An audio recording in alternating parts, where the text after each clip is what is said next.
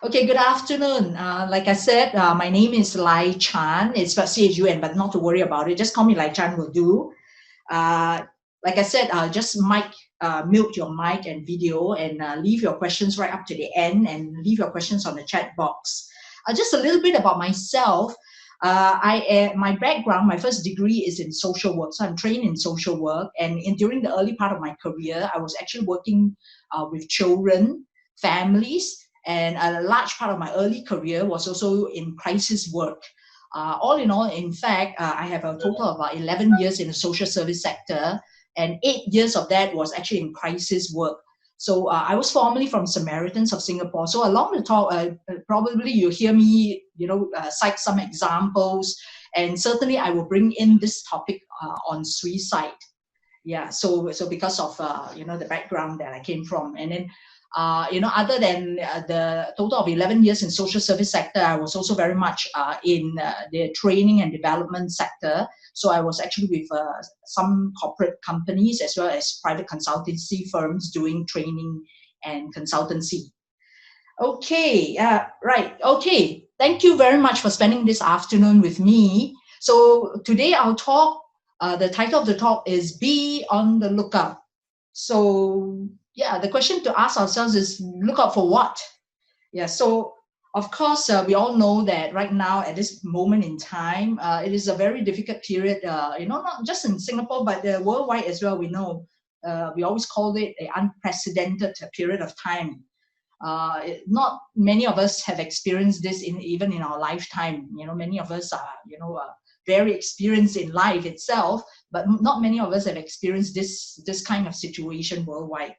So because of all this, the whole situation currently, it is not uncommon that many of us or even people around us may suffer from high anxieties, and whatever problems that we have faced even before this COVID saga came along. Some of these problems may even escalate further with the current situation that we have. So we are talking about be on the lookout. So more than ever, right now at this time, I think as a community, it's so important for us to unite and support each other in this very difficult period. And as a community, how do we look out for each other to support each other? So basically, my talk is very much on that. How do we look out for each other? And this is exactly the time where we really do need support from each other. All right. Okay. Oh. Okay, so I remember I saw this picture, of the causeway. I was very taken aback myself. We have never seen the causeway so empty before. I think really not even our lifetime. Yeah, so I was very taken aback myself. And then of course we go around, we can see how social distancing came about. We don't see a lot of people around anymore. In crowded areas, so-called crowded areas. But as you can see, this was a picture that I took in late March in one of the restaurants that I actually went to, just before we had our circuit breaker. Yeah, so you can see that it was so empty. Like I say, even though we are physically isolated, physically separated from each other, but I would say that there is one thing that we do share amongst each other. Whether you believe in horoscope or not, I would say that if we all look at our horoscope and try to predict what we'll be doing this coming week, we can see that right now we are so united that our horoscopes all look the same. Yeah, so it is not easy. Okay, I'm just going to move on to talk about what can trigger distress in people. So yes, our talk is about be on the lookout, but what can actually trigger a distress in people around us? Usually it is on something that happened externally, an external event that happened, and that can cause some psychological or emotional anxieties in us. Okay, and when something unexpected happened, we can call that a crisis. Perhaps something that we did not prepare, and then during a crisis is something that throws us off balance. So we are not used to the so-called the equilibrium of what we know to be normal in our daily lives, in our routine and all that. And that can cause certain distress signals in some of us because we are not prepared. Certain resources that we have may not be at hand to help us to cope. Okay, so I'm going to toggle between distress and even someone with some kind of suicide risk. So when someone is in distress, it may not necessarily mean that a person could be facing suicide risk. It does not necessarily mean. But many cases, when someone is in a situation when they are at suicide risk, usually, if not always, usually the person could be in distress. So I'm just going to toggle between, distress and suicide risk. But keep in mind, again, like what I just said earlier, a person in distress does not necessarily mean that the person is suicidal. Whereas on the other way around, a person who is at suicide risk most of the time, if not always, the person does have, emotions of distress. So what can trigger distress or suicide risk in a person? Generally, I would say that this person suffer and experience what we call losses. Okay, what kind of losses? Okay, first, I'm going to talk about 3 types of losses. The first type of loss could be the loss of someone. Okay, loss of someone could mean there's a relationship breakup. So no more relationship, you're not with that person anymore. You kind of like lost this person in your life, a relationship breakup. But of course, another type of loss would be, of course, we know it could be a death of a loved one. That is a loss of someone. Okay, and sometimes it could also be just a loss of contact with someone that is dear to us. And right now with the COVID situation, we know that, like our extended family, we are not to visit our extended family. So in some way, we do face that loss also, being physically close to that, the loved ones that we have. That is also to an extent certain kind of a loss. Yeah, so loss of a person. There is another type of loss, which is more intangible, perhaps. Yeah, more intangible. So a person could lose his self-esteem, lose hopes, certain aspirations, certain dreams that he has, loss of a status, loss of financial security, loss of a job. And we know that right now at this moment in time, a lot of people are very anxious about this. Yeah. Another type of loss could also mean the loss of some physical capabilities or abilities. Sometimes it could be due to injuries, sickness, a medical condition. So we may not be as agile as we used to be physically, not as strong as we used to be. So that is also a certain level of loss. So what can trigger distress in people could be any of these losses. Yeah, and it's unfortunate sometimes many of these losses, they don't come one at a time. Unfortunately, sometimes these losses, they could be multiple losses, and many of these losses could even be losses that are irreparable. That means, you can't go back and retrieve whatever that you've lost. That can create a lot of distress in people. Then sometimes a person may even have the thought of suicide. Yeah. Okay, so I'm just going to move on to talk about some of the facts and myths about suicide. So what are some of the facts and some of the myths about suicide? Okay, the first is people who think about suicide are those people with mental health issues. What do you think? I want you to just pause a little while and just think about this. So is it a fact or a myth? Okay, a lot of people, they always, when we talk about this topic of suicide, it's still a subject that is very baffling. And of course, all the professionals in the area of mental health, they are still, trying to find answers. There isn't one clear answer to everything, to the whole situation. People are still learning as we go.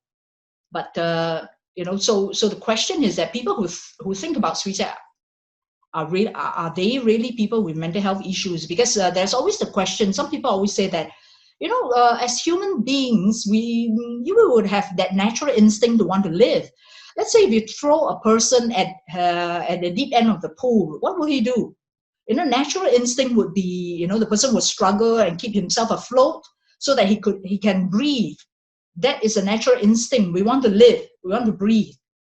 So it can be quite baffling to think about an individual who actually kind of like goes against that so-called natural instinct, and he actually takes steps to terminate his own life. So that can be something so baffling, that many people just cannot even wrap their heads around this whole issue of suicide.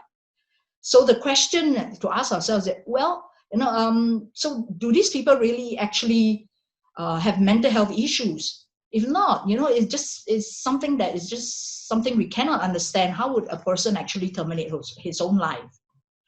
Well, in Singapore here, unfortunately, we don't have a lot of studies on people who had actually killed themselves through suicide, or even people who attempted suicide. And hopefully, in time to come, we can have more studies on that to help us understand further. I remember I was like digging through, some of the literature, and I came across a study by this famous psychiatrist, a local psychiatrist by the name of Dr. Chia Boon Hock. He actually did quite a lot of studies on suicide itself. So I actually found a study that is more than 10 years old that was done by him. What he did was he actually went through about 200 over cases of people who have killed themselves. Probably he got all this information from the coroner's office. Yeah, and he went into the background of these 200 people who actually killed themselves. And what he wanted to find out was whether these cases that he was looking through, whether they actually had a history of mental health issues. And, in his study, he actually did find something. Okay, so, I would ask you the question, what do you think? Out of that 200 over cases, how many cases do you think he found that these people actually had some mental health issues in their background? Okay, what do you think? Just make a little guess in your head first.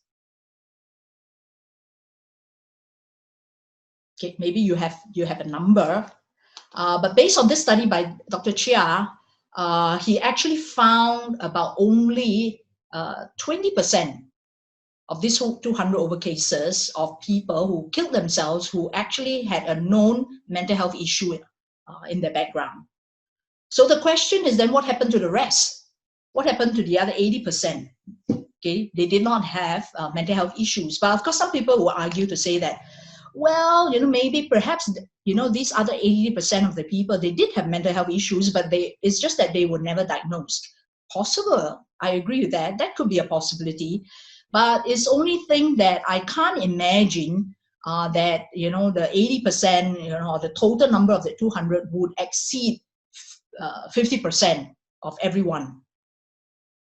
When Dr. Chia found only 20%. Yeah. So of course, someone with a mental health issue, they will be at a higher risk of suicide, because we know that, people suffering from depression, it puts them at very high risk. And also maybe some people, they are, suffering from some psychotic issues, because they could be hearing voices telling them to harm themselves and all that. Yeah. So yes, a person with a mental health issue would have a higher risk of suicide, but not all suicides are because of mental health issues. Yeah. Last year, I was still with the Samaritans of Singapore. We actually had our 50th anniversary conference, and Dr. Daniel Fang, he still is the chair of IMH. And I remember, I was just talking to him. He was one of the panelists at our conference. And he said that actually, a lot of people, when they attempt suicide, usually the police would then bring them to IMH. And a lot of his team members, a lot of the psychiatrists in IMH actually did a diagnosis of these people who attempted suicide.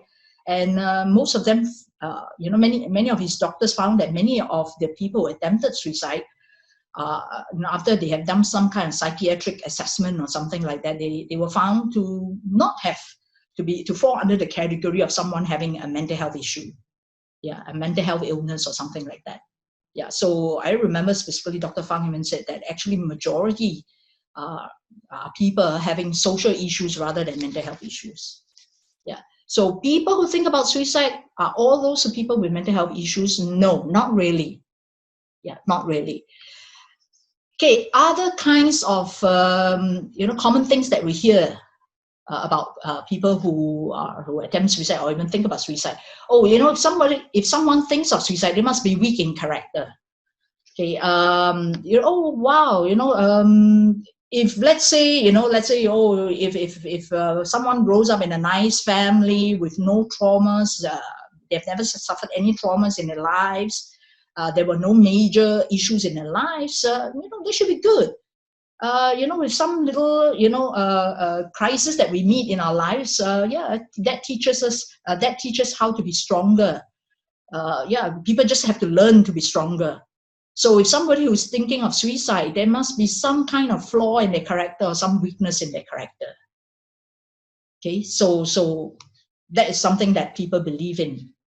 However, we know that, if some of us, we have never gone through certain traumas in our life and all that, perhaps there's a less likelihood that we may not think about suicide. But unfortunately, actually, no one is really totally immune. Okay, I think just last year in September 2019, there were two very strong advocates of suicide prevention and mental health advocates in US. And it's unfortunate that these two very, very strong advocates for suicide prevention, they actually killed themselves in September last year. Okay, I know I'm sharing all this, and it's not my intention to create a doom and gloom atmosphere. I think we really don't need that right now.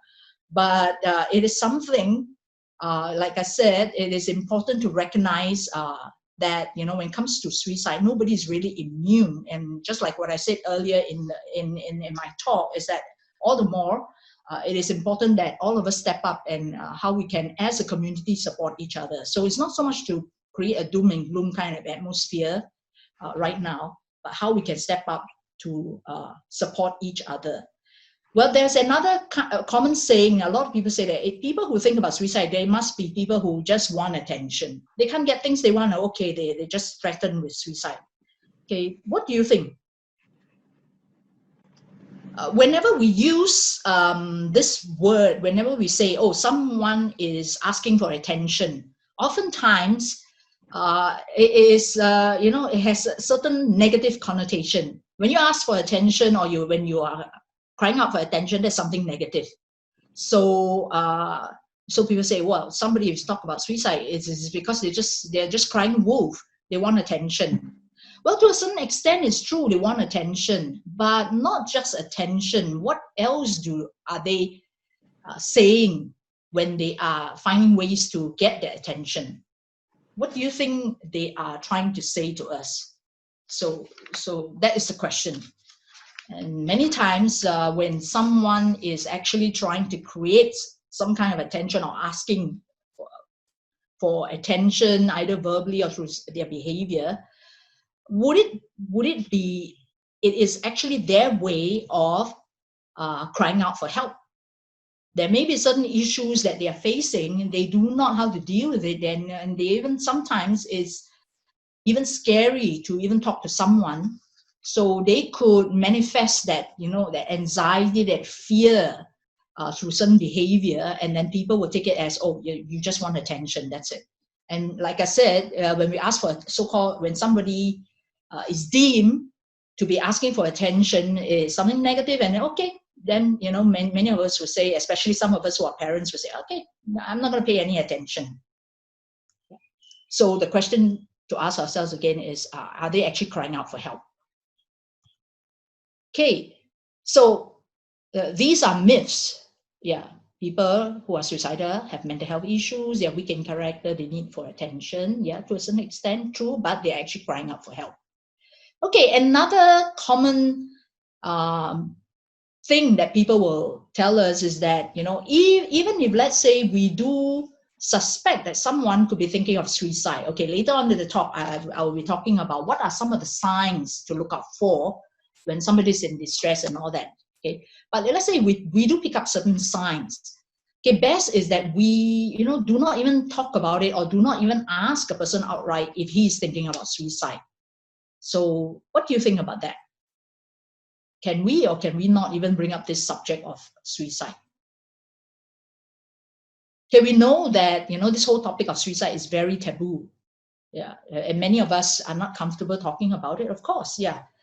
So, you know, so if somebody, even if, you know, kind of like if somebody come to us and say, hey, you know, I think my life is worthless, you know, it's no point.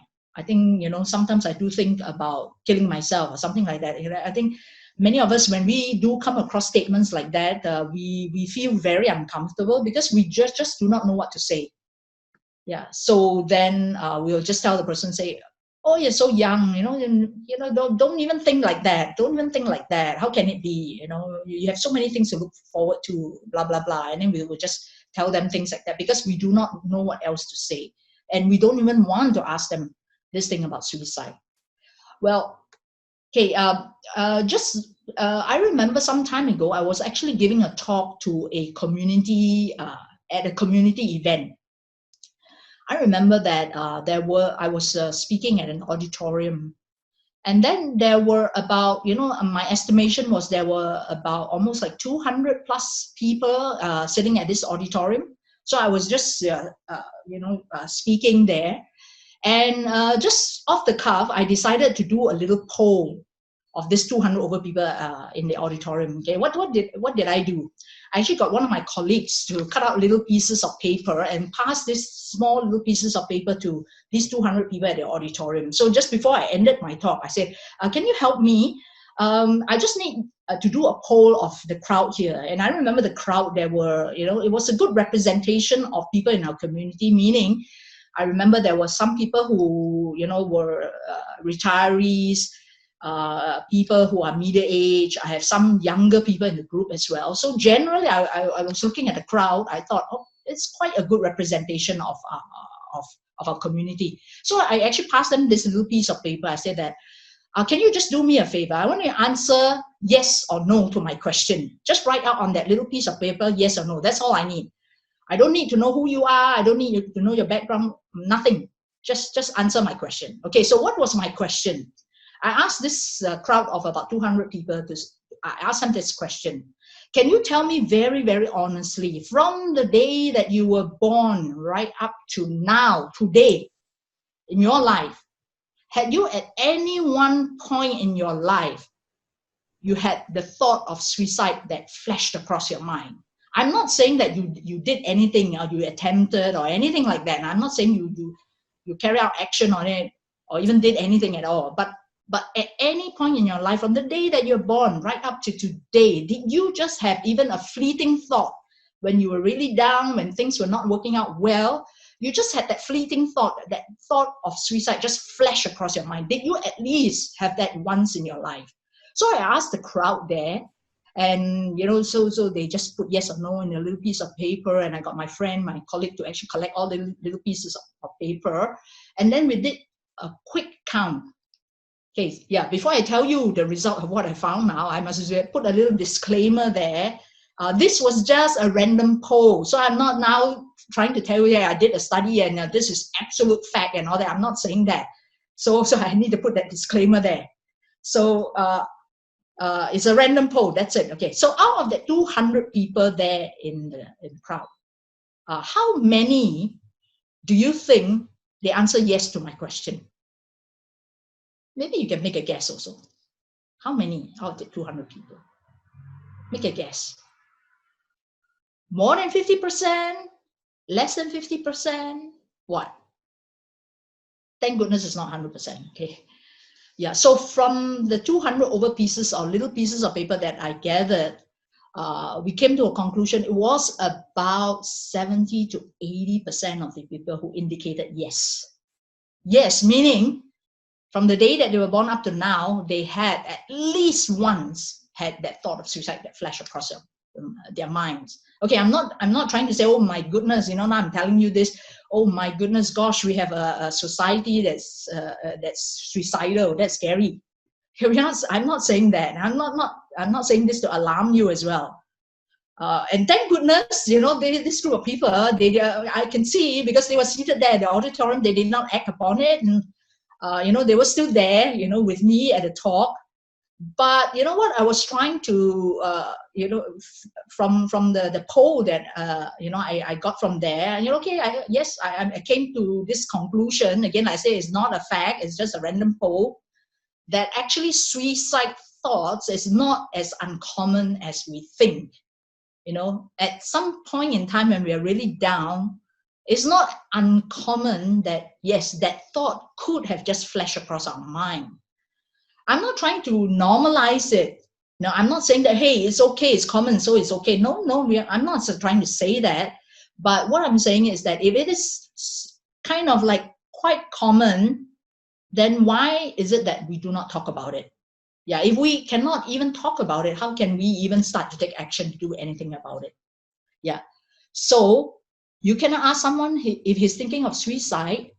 No, in fact, yeah, the answer to that would be, any crisis professional will tell you that if you pick up signs that a person could be thinking about suicide, it's very, very important that you actually ask them the question directly. Okay, afterwards, I will just give you an example. How do you ask a person directly? Okay, just generally is, like I said, WHO last year, they actually named last year as an International Year of Suicide Prevention, World Suicide Prevention Year.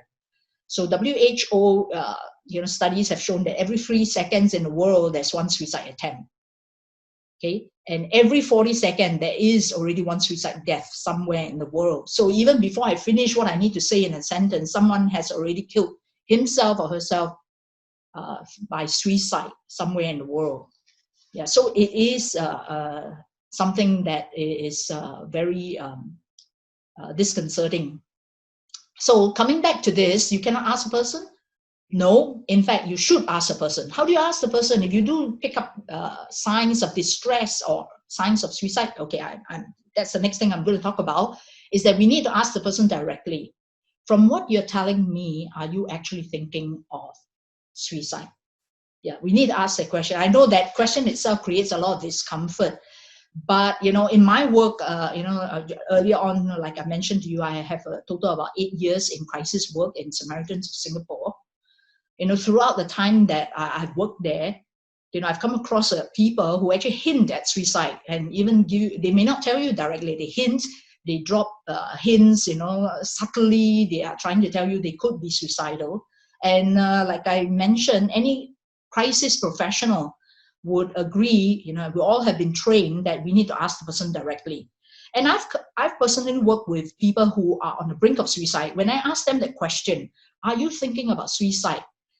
In fact, I have ever had clients who told me that, when you ask me that question, it actually brings a great sense of relief, because I've been trying and crying out for help. Somebody please help me. I'm having this thought that I'm going to do something, harmful to myself, but I cannot tell anyone because people just brush it off.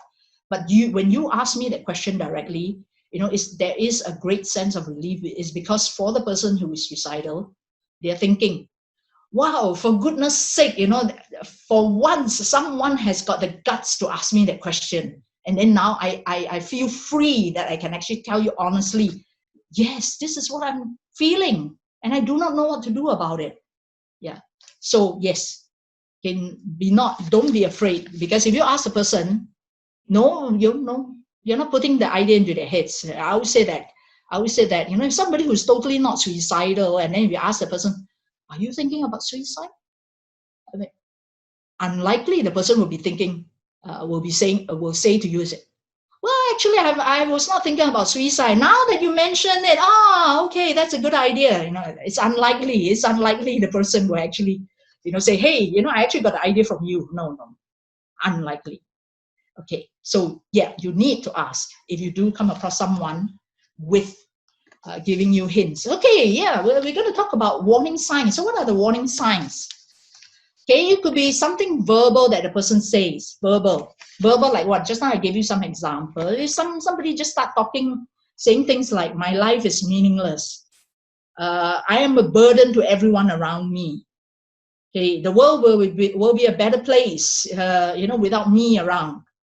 Or they may say things like, even if I'm gone, I don't think anyone will notice. So what's the big deal? Or they may even say things like, I cannot take it anymore.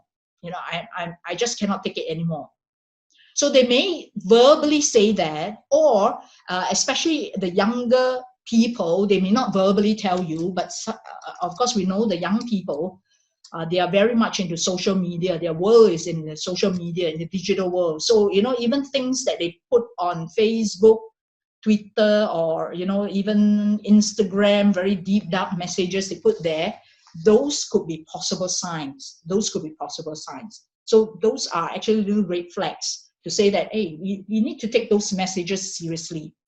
Okay, some other warning signs would be, that could be pre-planning. For example, like someone starting to give away a lot of things that they used to treasure very much. They just give things away there, their favorite tennis racket or something like that. Okay, they start giving things away. So pre-planning, unfortunately, I remember one particular case I dealt with when I was doing crisis work. There was a man who actually, unfortunately, he killed himself.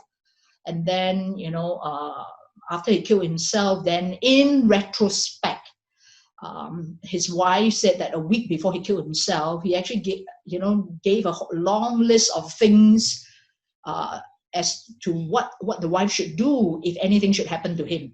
He gave the wife a long list of instructions. And he even gave the passwords to his wife for all his, email account, Facebook account, whatever account. She got all the whole list of passwords to everything, which he usually never did give her. Yeah, so things like that, those could be red flags. Okay, there could be also be emotional and behavioral changes in a person. Like what? So what are the things to look out for? Something that is out of character of this person. Someone who used to be very lively, sociable, the person just show no more interest in socializing anymore. Yeah, of course, we are not talking about right now in our circuit breaker, period. The person could be, showing certain out of character behavior. Sometimes, most of the time, the person will be more quiet, withdrawn. But I have also personally come across cases where usually not very sociable person suddenly, become a party animal, become show certain over the top kind of liveliness and social kind of behavior that is really totally out of character. So those are also possible warning signs. But of course, we are not looking at one singular warning sign. Usually there could be a mixture of certain verbal messages that they have, certain little planning that you observe, certain behavior changes. So if we do see such warning signs, like I mentioned before, not to just brush them aside, but maybe even find an opportunity to talk to this person and find out what's going on. So how can I help? A lot of people say that, yes, and sometimes I see these signs, but I feel helpless because I'm not trained in counseling, I'm not trained in psychology. So what good am I? How can I help? They need more, they need big intervention kind of, strategies from the professional. It's not me, I'm just a layperson. How can I help? But, never underestimate how each one of us can actually do a big part. And it is basically, of course, we always hear about this word called first responders or first aiders. So we could be the emotional first aid to people around us. Okay, how do we help? Listen. I know, it's a cliche. A lot of us heard about this thing called listen. Yeah, of course I listen. But listen is not just, listen. Listen is listening with empathy, meaning listen to the emotions of what the person is saying. So listening is, what is listening? Listening is not about trying to fix. I know we are all fixers. We always try to fix a situation for a person, find a solution. I know the guys right now in this group, probably you will throw darts at me later on. I just have to say that men are very good fixers. You know, they always want to fix a situation. When you tell them something, and I'm sure the wives here will testify, you know, when you tell them something, they'll instantly try to come up with a solution, but sometimes that's not what you want. Yeah, all you want is just someone to just acknowledge the kind of emotions that you're having. Yeah, and listening is not about judging. Yeah, stop being a judge. So what do we mean by judging another person? You know, oftentimes we hear ourselves saying things like, well, you should have, you ought to have done this, you know, why didn't you do this, why didn't you do that? And some of us who are more senior in age, okay, I put myself in that category for sure. Okay, well, sometimes we hear ourselves saying things like, when I was your age, you know, I would have, if I were you, I would have, you know, wow. Okay, I know, you know, some of us, especially when we are talking to our children, we want them not to go through the kind of painful lessons that we ourselves have gone through. We want them to learn quickly. So that's why we always say things like, when I was your age, and then we start telling our own youth stories and all that. But when someone is in distress, the last thing they need is a lecture, really. Okay, nothing will go in. So, like I said, you know, when somebody is in distress, yes, like I said, we want to be the person to fix the situation for them. But when we talk about listening, it is not about fixing the situation for them. Okay, when someone is in distress, okay, what do you think? What do you think? What is their level of self-esteem? Is it high or low? Do they feel great about themselves, or they don't feel so great about themselves? So I would imagine if somebody who's in distress, they would not feel like, you know, they have very high self-esteem. Usually the self-esteem or their sense of self-worth is quite low. So if they come to us and then we try to fix things for them, and we tell them, say, okay, you know, I've got experience in this. Let me tell you what, this is what you should do. This is what you should do. And then we send them away, you know, then the question to ask ourselves is that how is that going to help them in their sense of self-esteem? Because if we start fixing everything for them, okay, you step aside, I'm going to fix it for you. If we do that, even though our intention is really good, but you know, how are we helping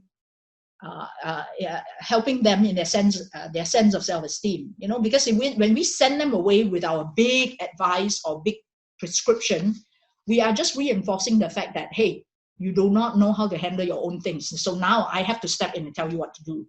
So we are sending them away with even lower self-esteem. So instead of doing that, yeah, of course, and you know, there is a skill in which we can learn how we can ask questions, and then they can actually find answers themselves. Okay. So listen. So what is listen? Is to listen for feelings. All of us got feelings. Okay. Humans, we do have feelings. Okay. By the way, again, I'm asking the men here, guys, do you have feelings? In case if any of the guys in this group say they do not have feelings, can you please stay behind after this Zoom session? I need to talk to you. Okay, guys do have feelings as well. So of course, you know, usually guys are not, you know, men are usually not given the allowance to express their feelings, because, you know, when men get a little bit in emotion, you know, people will tell them, say, hey, come on, man up. And what's the meaning of man up? Man up means that you do not show your feelings so much.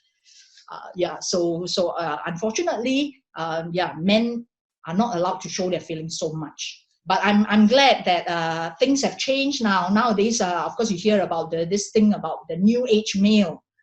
You know, men are allowed to cry, and I've always had a lot of female friends who tell me to say that, you know, whenever they go and watch movies, when the heroes on the screen, the more they cry, they have more female fans. So nowadays that's the change there. Okay, so that's good. Yeah, we at least, you know, we've changed to allow men to express more feelings. Okay, so what is empathetic listening? It is about listening to the feelings. Yeah, and this is my little theory here. Okay, my theory is that usually human beings, when our emotions are high with what? High with frustration, anger, depression, you know, feelings of distress. Usually our feelings are high. So when our feelings are high, usually what happens to our logic? Okay, not quite there, because we are so overwhelmed with the emotions. Sometimes that's why we hear people say things like, oh, I can't think straight now because my emotions are so overwhelming. Yeah, so what do we need to do? When somebody who is in distress come to us, where are they at? What level of their emotions are they at? Okay, I would imagine probably the emotions are high. So when the emotions are high, the logic is not quite there. So what do we need to do to help this person? We need to then help them have some way of calming those emotions, whatever those emotions are. Because the emotions could be very intense. They can't think they can't think straight. So we need to help calm down those emotions. So how do we calm down those emotions? Yes, it is not about fixing the problem for them. It is not about finding a solution for them. How do we help calm down these emotions? Basically, it is about listening, just listening, acknowledging their emotions, regardless of what the emotions are. Don't tell them, don't feel certain things. Okay, what do I mean by that? When we were young, we have always been taught that certain emotions are positive, certain emotions are negative. So if you're feeling happy, please show it. If you're feeling angry, if you're feeling jealous, oh, no, don't show them. Because those are so-called labeled as not so good emotions. But when it comes to emotions, should we really label emotions as good or bad, positive or negative? Okay, if let's say I take a little needle and I prick your fingers, what do you feel? Okay, again, I think likelihood, we feel pain, right?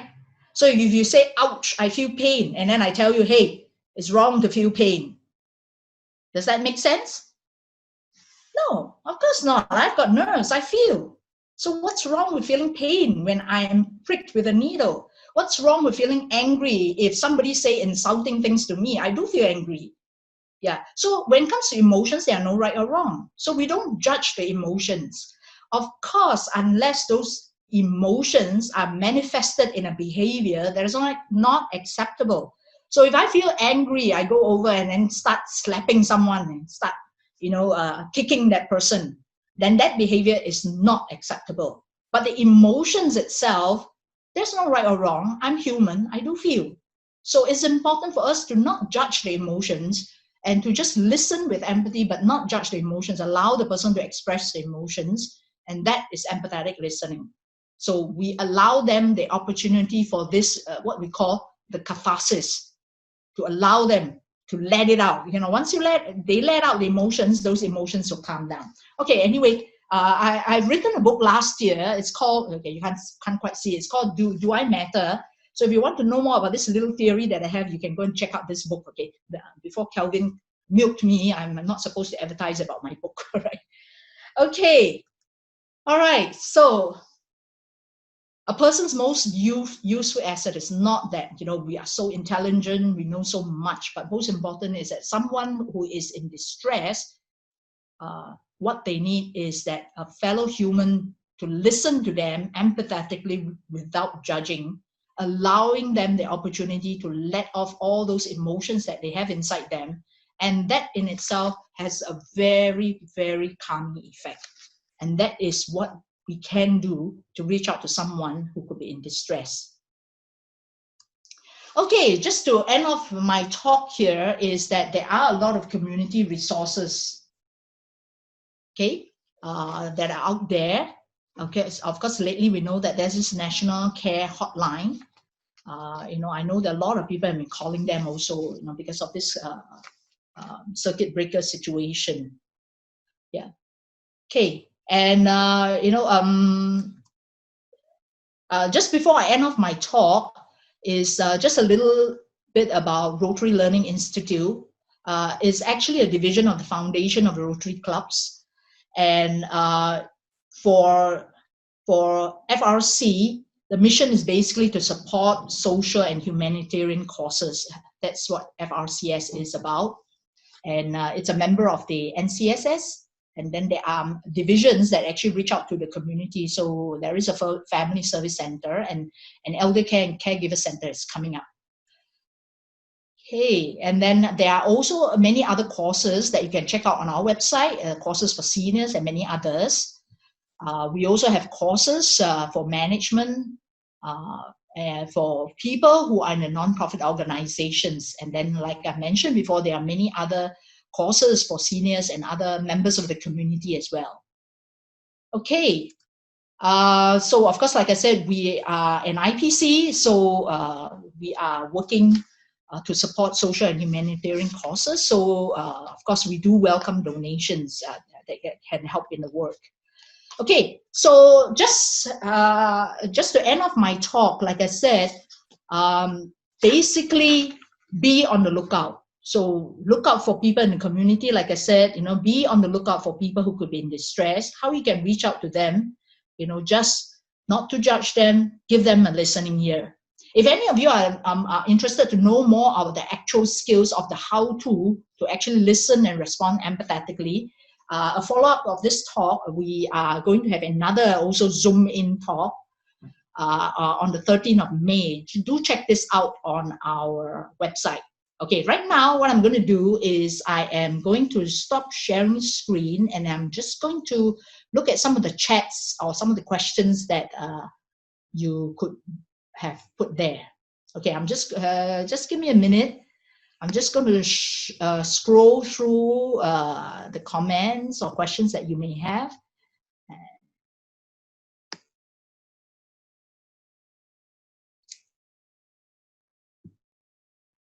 Okay, research.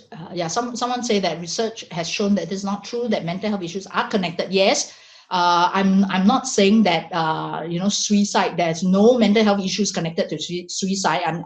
I said that yes, someone with mental health issues, yes, they do face a higher risk of suicide tendencies, but not all suicidal people have mental health issues. That was what I was saying. Okay, I'm scrolling down some more. Those without mental health issues, why is it that those without mental health issues are suicidal? Like I mentioned earlier in the talk also, is because sometimes people face a lot of losses all within a short frame of time. So like I said, sometimes I remember the 3 kinds of losses that I mentioned. So sometimes a person could face multiple losses within a short frame of time, and that actually drains all the resources that they have with them to be able to cope. So it's not that they're having mental health issues. Imagine anyone in a situation where they lose their job, and then they lose their health, and then unfortunately a loved one died by accident, like all these kind of unfortunate things happen all within a short frame of time. Any one of us, wow, usually I'm quite strong, I'm resilient, I can take this. Yes, of course. But like I said, none of us is really totally immune to it. If we are caught in a situation where we face so many losses, it can be so overwhelming, that we can, be highly distressed or even suicidal. Like I said, we cannot say for sure that, I'm totally immune.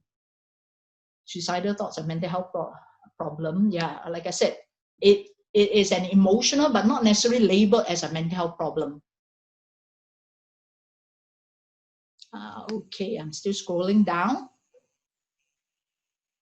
Yeah.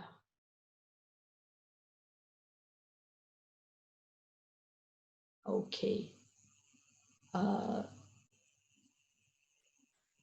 Yeah, some people, there's a comment to say that some people, they keep telling the world they want to die, but actually they don't.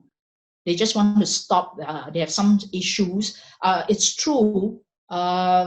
Many of the suicidal people that I've worked with before in the past also, actually, if you really talk to these people, many of them, if you ask them certain questions, they will tell you, say that they actually don't want to die. Okay, what they want is, their pain. The pain could be emotional pain, psychological pain, or even sometimes literally physical pain, especially someone who has a medical condition.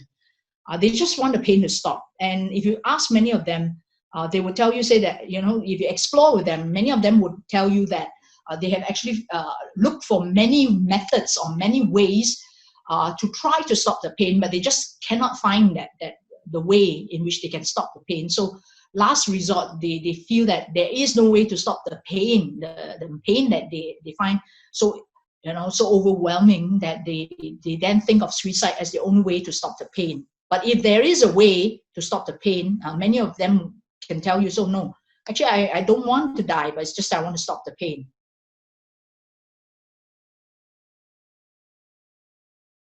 Yes, yeah. Somebody shared that he or she agrees that most people would have suicidal thought, sometime in their life. Yeah, so some of you agree. Yeah. Yeah, okay, so of course there's this question to say, wouldn't you be leading the person to suicide by asking straight, instead of asking if the person is depressed? But of course, you're not just going to go around and ask everybody, are you suicidal? Like I said, if you're going to ask the question, are you thinking about suicide? You would have probably picked up certain signals, like I said, distress signs that I mentioned earlier. People tell you that, I think my life is meaningless, blah, blah, blah, and then certain behavior that they have. So you can ask them straight, are you actually thinking of suicide, or are you thinking of killing yourself? So you wouldn't, just jump in and ask anyone, but they have given you certain signals. Okay. Yeah, so of course, somebody also gave the comment that sometimes suicide may not be reported due to stigmatization. You are absolutely right. Yeah, because it is still a taboo subject. Yeah, so yes, in Singapore, suicide used to be a crime, but fortunately, I think recently it's not put as, labeled as a crime in that sense. Yeah. Okay, there's somebody. Okay, there's a question, how does one balance between one's own emotions when dealing with someone else who is at risk? I think very important when you reach out, that's a very good question, because when you reach out to someone to support someone, you have to be aware of your own emotions. If you feel that you yourself, you are overwhelmed, I would say that you then need to reach out to another person who can step in to help. Because if we ourselves, we are human, sometimes we do have emotions that can be overwhelming ourselves. So we need to recognize that, because if you are overwhelmed yourself, then it is very hard for you to support another person. So you need to recognize that. Okay. I'm still scrolling down. Yeah. Okay. I'm still scrolling down. This is how to persuade somebody to seek professional help. Yeah, of course, it's not easy. At the end of the day, the person has to make that decision. But it is important. Perhaps you can, build rapport with this person, and slowly just to get him to see that that they can get some value out of it. And I think most important is that a lot of us, we do not seek professional help is because we always feel stigmatized if we seek professional help. Okay, recently there has been a lot of talk. Of course, if I'm physically ill, I have no qualms about seeing a doctor. But if I'm emotionally overwhelmed, or even I may have certain mental challenges, then all of us, because of this big stigma that, hey, am I weak? Like what I mentioned earlier about a certain myth that most of us believe that, oh, it reflects a weakness in character. I think, that is very sad. We need to assure people that no, it is not necessary that it reflects that I am weak in character. It just ultimately, at the end of the day, reflects that I am human. That's it. I am a human. And yes, all of us at one point or other do face challenges emotionally or even psychologically, although not necessarily to the extent. If we get some kind of support or help, we may not even reach the extent of being diagnosed with a mental health condition. Okay, distress.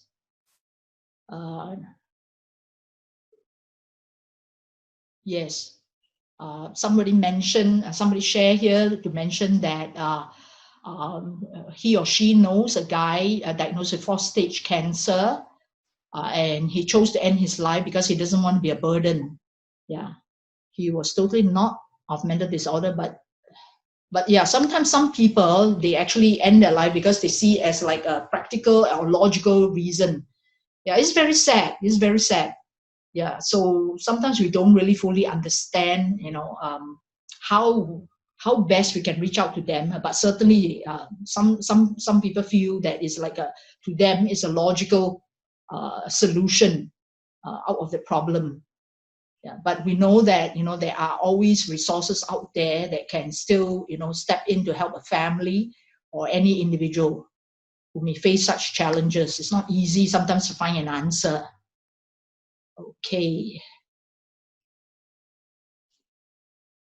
Okay, there's another person who shared to say that sometimes a person who's very persistent to end his or her life hardly show any signs. Yes, this is the part.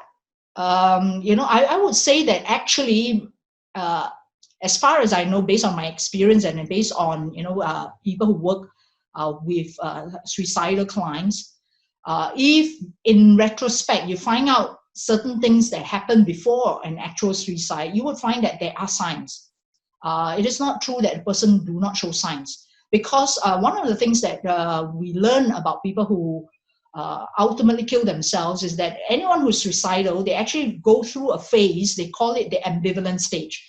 Okay, what do we mean by ambivalent? Ambivalent is when they toggle between to live or to die, to live or to die. They're not sure. That is the time when they actually give out a lot of signals, whether verbally or in behavior. Okay, but if let's say they give out all these signals and yet nobody pick up the signals, everybody brush all those signals aside. Unfortunately, someone may reach a point where they are no longer ambivalent. So what does that mean? It means that they have absolutely and totally made up their minds to kill themselves. So it is very unfortunate. But yes, there are some people just prior to their suicide, they actually, even like family members. In SOS, when I was in SOS, we even work with families who had a suicide. They're called suicide survivors. We talk to the family members when a loved one has died by suicide, and if you ask them questions, they will, some of them would say that say things like, "Oh, just 1 week before the suicide, we observed this family member. He or she was even, appeared to be happy." So everyone was like, "Oh, phew," heave a heavy sigh of relief to say that, hey, maybe this person has gotten over the crisis or whatever issues that they were having. So all of us were actually relieved that the person seemed to appear even to be happy. But then, unfortunately, ultimately, the person still killed himself or herself. Yeah, so it's likely the person had, gone over the stage of ambivalence when they have already made up their minds. So you're right.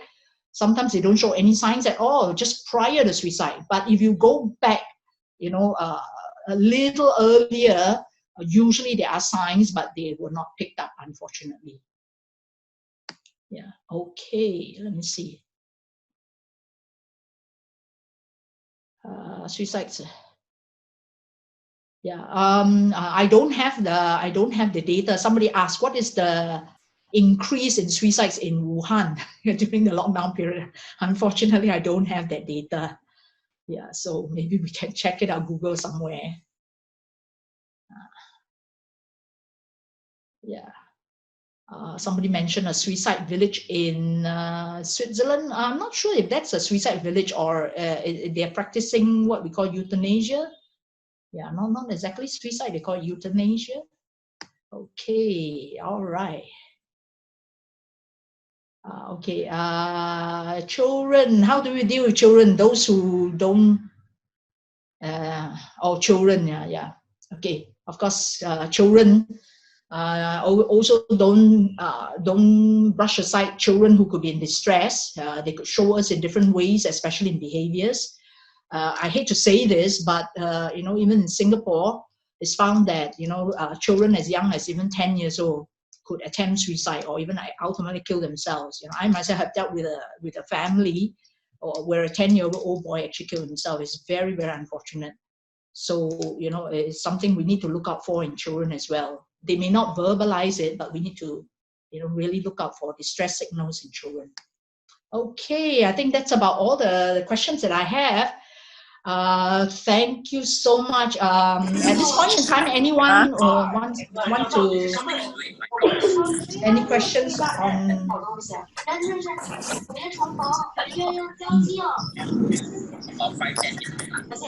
Okay, I've unmuted everybody. If you have a question, a final question, you can ask Lai Chan. I'm sorry.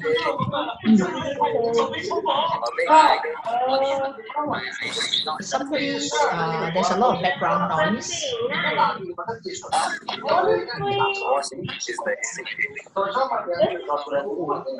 Okay, point in time.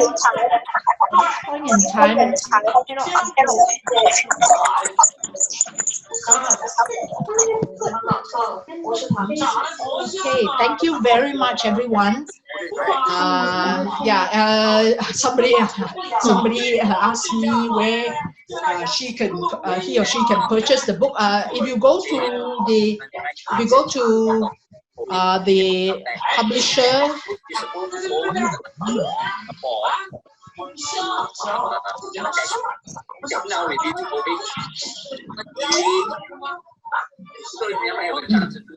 She managed to come back. The school straight away pull them out. Oh, Rosie, buy the ticket for them. The ticket.